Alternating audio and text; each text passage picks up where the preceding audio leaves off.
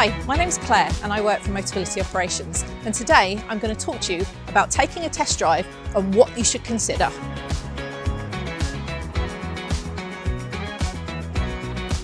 When it comes to choosing your car, you should consider your own needs, but also any other users of the car. Do you regularly travel with family, maybe with pets? Check the rear passenger seat space, boot capacity. There's nothing better than getting a first-hand feel for a car yourself. Should we have a closer look at some of those considerations? It's important to consider the ride height of the vehicle. Cars come in all shapes and sizes, so can all of your drivers easily access in and out of the vehicle? What about the weight of the door? Is there much resistance? Is it too heavy to open? You also need to think about how much space there is to get in and out of the car. Not only in the front, but in the rear as well. You might travel with other family members, perhaps pets. You might need to stow mobility aids on the back seat. Is there enough space? Once you're sitting in the car, you'll need to adjust it so that it's comfortable for you.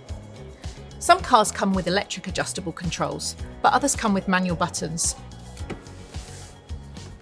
Have a think about the other things that you might need. Maybe heated seats. Is that something that's important to you?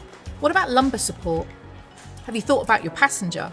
Some cars that come with electric driver seats don't have electric buttons on the passenger side, so you'll need to check that too if it's important to you. There are so many different cars to choose from on the Motability Scheme. One way to help you choose might be to make a list before you come to the dealership. What about having a list of all the things that are really important to you? And then another list of the things that are nice to have. So some people would prefer a heated steering wheel. What about cruise control, satellite navigation? One of the really important ones is transmission. Do you prefer an automatic gearbox or a manual gearbox? Some cars come with an electric opening boot. You want to check the boot capacity to make sure that any equipment fits inside. Is there a boot lip that might be inconvenient? This model comes with an electric closing boot as well. But if you find it more comfortable, you could always go for one of our most popular adaptations, which is a boot strap. What about an electric vehicle? With an electric vehicle, there's a few more things that you need to consider. What's your type of driving that you'll be doing? Will this impact the range? Whether you're public charging or home charging, it's worthwhile trying out the plug whilst you're in the showroom, especially if you've never done it before. So, now you've narrowed down what you're looking for, shall we go on a test drive?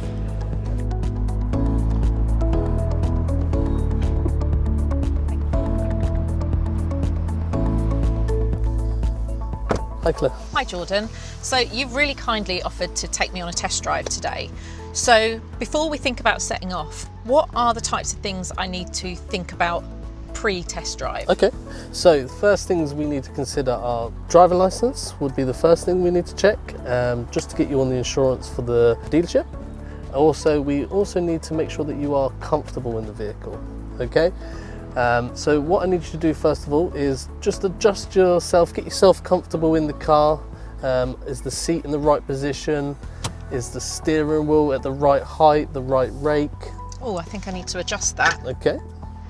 Oh, that's much better. Excellent. And mirrors, is it all safe? Can you see all of your mirror points and your blind spots? Yeah. Excellent. Okay.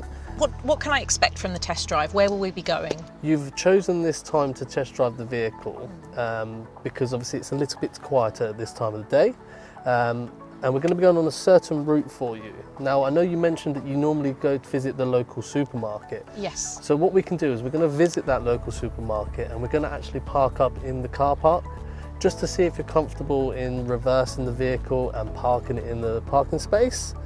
And then after that, they do also have some charging points there as well. So because this is an electric vehicle, we're just going to try out charging the vehicle just to make sure that you're comfortable with the cables and making sure you know where the charging point for the car is and to make sure it's charging.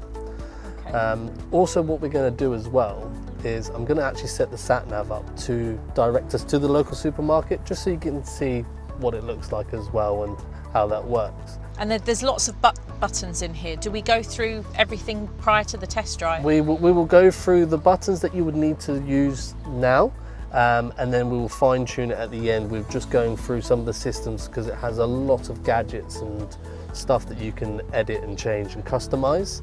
So there's lots and lots of information to go through. A lot. So can I bring somebody with me on the test drive? Absolutely. You're more than welcome to bring a friend, a family, a relative, just so they can soak in the information as well, but also give you a bit of an input on if the car's comfortable, is the back comfortable as well, and also to make yourself feel comfortable as well, knowing that you've got someone there with you. Yeah, that sounds good to me. Shall we go for a drive? Absolutely, let's go.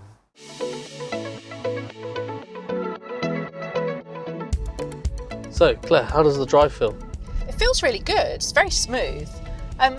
When I was slowing down for that last roundabout, it almost felt like the car was braking for me a little bit. What's that? So what that would be the regenerative braking. And what it does is it collects the energy that you've used and puts it through the brakes to put it back into the battery for you. So essentially it's charging itself a little bit when I'm braking? A little bit, yes. You're not regaining all of the energy you've used, but some of it you're regaining back. Okay.